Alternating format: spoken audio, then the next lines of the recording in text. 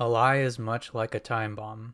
The longer the time ticks, the closer it becomes to an ever-growing pile of destruction. Hey, Undy! A young adult with tied-up, soft, lush brunette hair looked over at an older woman with a mesh covering and ragged, torn, yet sleek purple clothes. It almost draped over her like a curtain. Both of them were leaning up against a building wall. Above them flashed an incredible amount of flashing lights, advertisements, projections, screens. Undy looked up, a constant tried, aged look on her face. She stared at the endless beams and towering buildings, giving way to not a single amount of sky. It was evening, and the fog continued to hold a grasp over the city. Misty lights shrouded in an endless fog of words, signs, and unfathomable technology. The moving lights in the sky were not planes, but the cars trudging through the mist, flawlessly maneuvering through the buildings. The city was submerged in what felt like an eternal night, when it was not, it was an eternal overcast, dense fog high up in the skies. Undy looked down to the street as the other young adult stood staring blankly at her, cigarette burning ever so slowly. The loud street cleaners ravaged through as large taxis, shaped similar to a minivan, though more industrial in size, passed through. It flashed a large sign on the front, much like a bus, saying taxi. The ground was always seemingly wet from the constant fog mist, though half the year it gets coated in a small layer of snow as the climate ever so changes. All the buildings were tall, unable to see the tops. Nearly all of the city was buried within these tight, closely packed buildings. In between each building streamed an endless amount of dancing mascots, logos, semi-nude to fully nude women. On the streets danced holographic images of girls in cute, sexually charged clothes holding a brand they're trying to peddle into the consumer's face. Vending machines were littered with people trying to quickly grab an instant meal and go. Undy looked off down the street to the left and saw a police squadron lower down with flashing lights onto a group of adult women who were trying to run. Once the police vehicle was close enough to the ground, kicking up a lot of dust as the noise became deafening, units dropped down. Donning bulletproof armor and goggles that enhanced vision, these squads looked like four-legged spiders with military-grade guns. They were all dressed in black except for the white stripe on their upper arm. Their boots stomped as they propelled themselves towards the fleeing people. Their goggles, mixed in with their helmets, contained two large lenses over the eyes, alongside multiple other lenses around the main two. One of them spoke, but Undy was unable to hear it, though she could make out what they were wearing, what looked like a slightly curved metal fence covering their jaws. It had several bars going down across it, connected together by one bar across. Each bar, starting from the bottom of the goggles, all ended with a very sharp tip pointed directly at the neck from all angles. It was not long enough for the officer to accidentally impale themselves. The brunette peeked out from behind Undy, looking baffled with the halfway burnt cigarette hanging from her mouth. As the woman ran and more dust kicked up, the officers lined up pointing their guns at her. Undy heard a muffled voice, which she can only assume was the intercom telling them to stand down. When the two women refused and still kept running without looking back, the light on each officer's helmet turned from green to red. Down the line, the color slowly waved to red as each of them prepped their guns up and readied. Both women were wearing torn clothing, bleeding, cut up, bruised, and one was holding a briefcase. They were barefoot as they ran across the icy, wet road. The brunette had a childlike wonder come across their face as they pulled out a handgun. "Come on, Undy, looky! Look, that briefcase must be worth a ton if them corpos want to stop 'em. We can just swoop in and take it." In a high-pitched, airheaded voice, the brunette began to walk in front of Undy with the gun. She smiled devilishly as her eyes showed an innocence. Undy immediately grabbed her by her leather crop-top jacket by the collar and yanked her back. She jerked the brunette back so hastily that with any more force, she would have given the brunette whiplash. Undy spoke up in a monotone, stoic, harsh, but firm voice. "Nova, she spun Nova around. Nova's bright and light-colored skin shone against the multitude of lights flashing dimly miles from above. Her glasses, large and circular, almost a tad too big for her face, were cracked beyond belief. How she was able to see through them was a mystery to Undy. Nova was also wearing a crop-top pastel pink shirt that was ragged, old, and slightly torn under her black, leathered crop-top jacket. It had a rainbow outline on it that streamed the colors, all going around the jacket. She had a quizzical look on her face as her naturally red lips opened to speak, before being interrupted by Undy. "Put this away. Remember what I mentioned to you about corpos?" Nova looked down, genuinely trying hard to think. She had on black baggy pants that contained many pockets, and her shoes were these boots wrapped around the ankles of the pants. One of the boots was laced up fully, and the other was jumbled together in a failed attempt. As Nova thought more, grunting and looking down like a third grader trying to remember their favorite joke, she was caught off guard by rapid gunfire. Her eyes widened as she perked her head up and turned around. Her jaw dropped a little as she saw both bodies on the ground, and the officers walked up to them. Turning around slowly, not quite grasping what happened, Undy spoke calmly. "That's why, okay? We don't fuck with corpos, remember? Say it with me. We don't fuck with corpos." Undy nodded as Nova repeated it like a child. "We don't fuck with corpos." Undy nodded, looked at Nova's arm tattoo sleeve, then her gun, and smiled.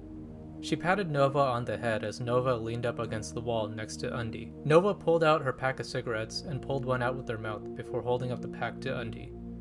She lifted up her free hand after putting the gun away. The whole hand was modified. It looked like Nova's normal hand, but upon closer inspection, there were lines all around it dividing it into sections.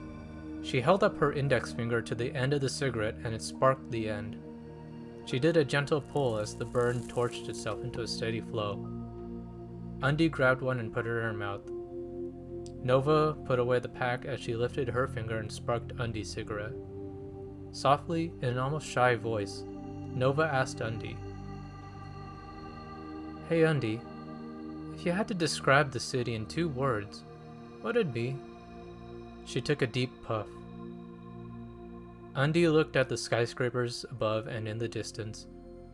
The ads reigned supreme as flashy, popping lights and words brewed along the streets. Bleak eye candy. In the year 2146, a similar yet less developed city was standing tall. Undy, 16, leapt from a pipe down into a dark alleyway. She was hooded and cloaked with a light purple cloak. Upon landing, she tried to catch her breath before a device on her wrist began to beep. A rat squeaked by in the filth as it trudged down into a sewer. Water dripped from the hanging ledges, and the smell of the dumpster was sickening. Undy looked around before raising her wrist to her face. A buzzing occurred before a robotic, undistinguishable voice. It was clearly a grizzled, older man. "Have you finished delivering our message?" A young Undy hastily responded in a hushed tone. "I'm across the street from the target. What happens if the target does not have the money they owe?" "You are going to collect, even if it means collecting more than just money." A click and the screen emanating from the wrist suddenly disappeared. She sighed as she pulled up her scarf, making a mask. Slowly creeping out from the alleyway, peeking out to see an empty street night with empty taxis, junkies in a few corners trying to find any covering against the snowy floor. There was a rattling behind a lone dumpster behind Undy. She quickly turned around and saw an arm peek around the bin. There was a white glow that was blinking slowly from the forearm. A sickly head popped out soon after slowly.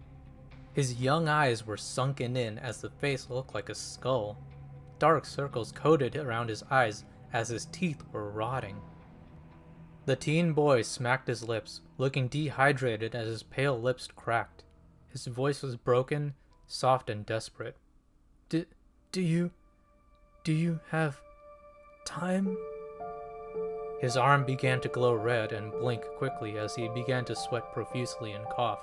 The teen boy's desperation grew exponentially as he lunged forward only to fall flat.